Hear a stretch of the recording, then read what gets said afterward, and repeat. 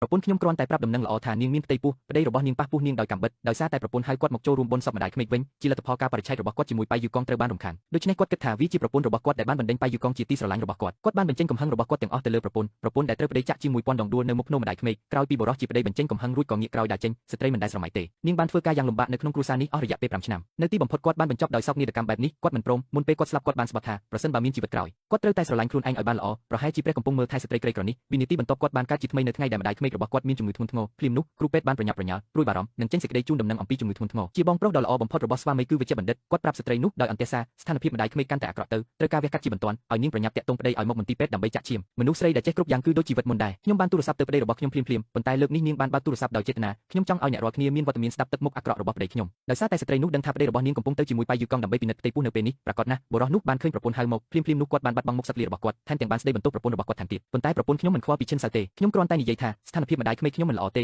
ឲ្យនាងប្រញាប់មកមន្ទីរពេទ្យដើម្បីបញ្ចូលឈាមមកទៀតហើយមែនទេមិនល្អរាល់ពេលខ្ញុំប្រាប់ប៉ុន្មានដងហើយខ្ញុំមិនបានឃើញពីរបៀបដែលម្ដាយរបស់ខ្ញុំកំពុងធ្វើនោះទេតែខ្ញុំគ្រាន់តែចង់នៅជាមួយរវ៉ាន់ម្ដាយខ្ញុំមិនមានអារម្មណ៍ល្អទេតើអ្នកកំពុងធ្វើអ្វីនៅលើផែនដីតើអ្នកអាចស្លាប់ដោយគ្មានខ្ញុំទេម៉ាក់កំពុងស្លាប់នាងត្រូវការបញ្ចូលឈាម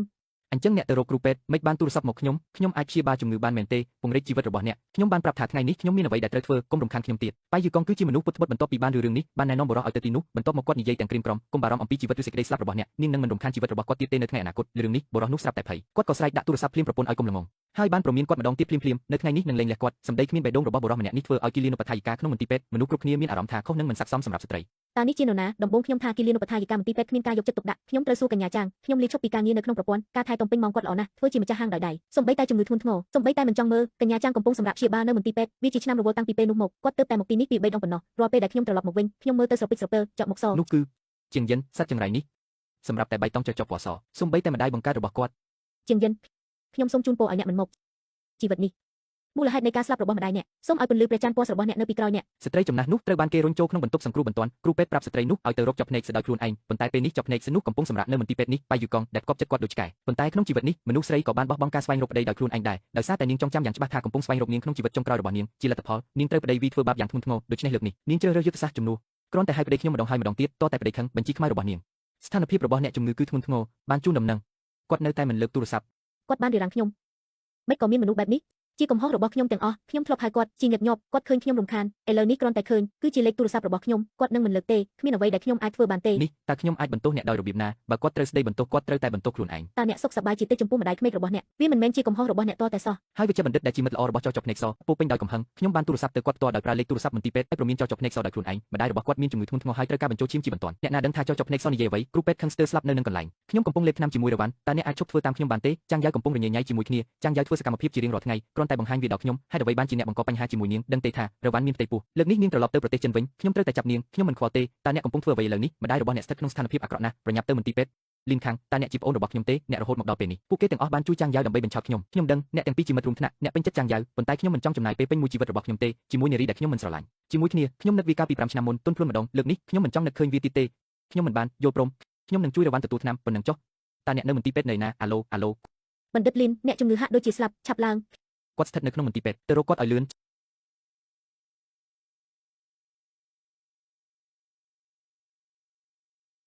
ចាំងយ៉ាវចប់ហើយឬនៅកុំមើលថែម្ដាយខ្ញុំហេតុអ្វីបានជាអ្នកមករកខ្ញុំបានហៅអ្នករាប់រយដងអត់យល់ភាសាមនុស្សទេខ្ញុំបាននិយាយថាជីវិតម្ដាយអ្នកស្ថិតក្នុងគ្រោះថ្នាក់ចាំងយ៉ាវ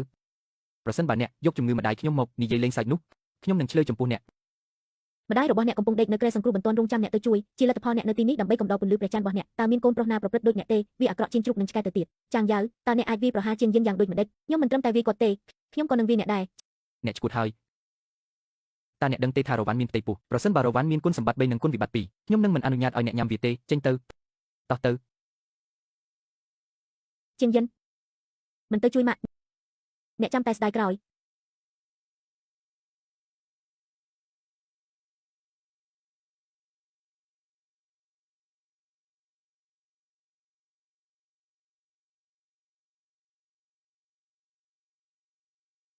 តើវាទៅជាយ៉ាងណា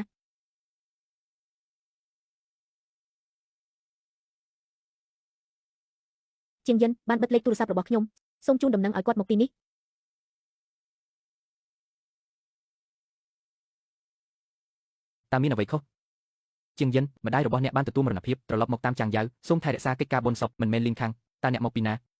អ្នកត្រូវតែនៅចំណុចប្រសពនេះតើអ្នកកំពុងរញ៉េញ៉ៃជាមួយចាំងយ៉ាវមែនទេគឺអ្នកដែលកំពុងបោកប្រាស់ជាងយិនប្រសិនបើអ្នកត្រឡប់មកចាក់បញ្ចូលឈាមម្ដាយរបស់អ្នកនឹងមិនស្លាប់ទេ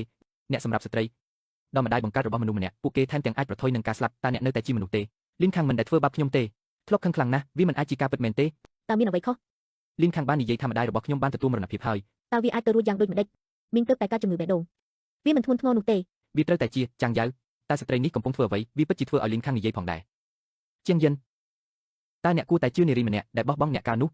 ហើយអ្នកមិនជឿបងប្អូនជាច្រើនឆ្នាំមែនទេខ្ញុំមិនអនុញ្ញាតឲ្យអ្នកនិយាយរវ៉ាន់បែបនេះទេរវ៉ាន់ក៏មានហេតុផលផ្ទាល់ខ្លួនរបស់នាងដែរបើសិនអ្នកសម្ដែងជាមួយចាំងយ៉ាវម្ដងទៀតយើងក៏មិនត្រូវធ្វើជាបងប្អូនបន្តទៀតដែរអ្នកពិតជាអស់សង្ឃឹមហើយពិធីបុណ្យសពរបស់មីងបានធ្វើឡើងក្នុងរយៈពេល3ថ្ងៃប្រសិនបើអ្នកមិនមកចាំតែស្ដាយក្រោយអស់មួយជីវិត គាត់នឹងត្រូវកប់ក្នុងពេលឆាប់ៗនេះ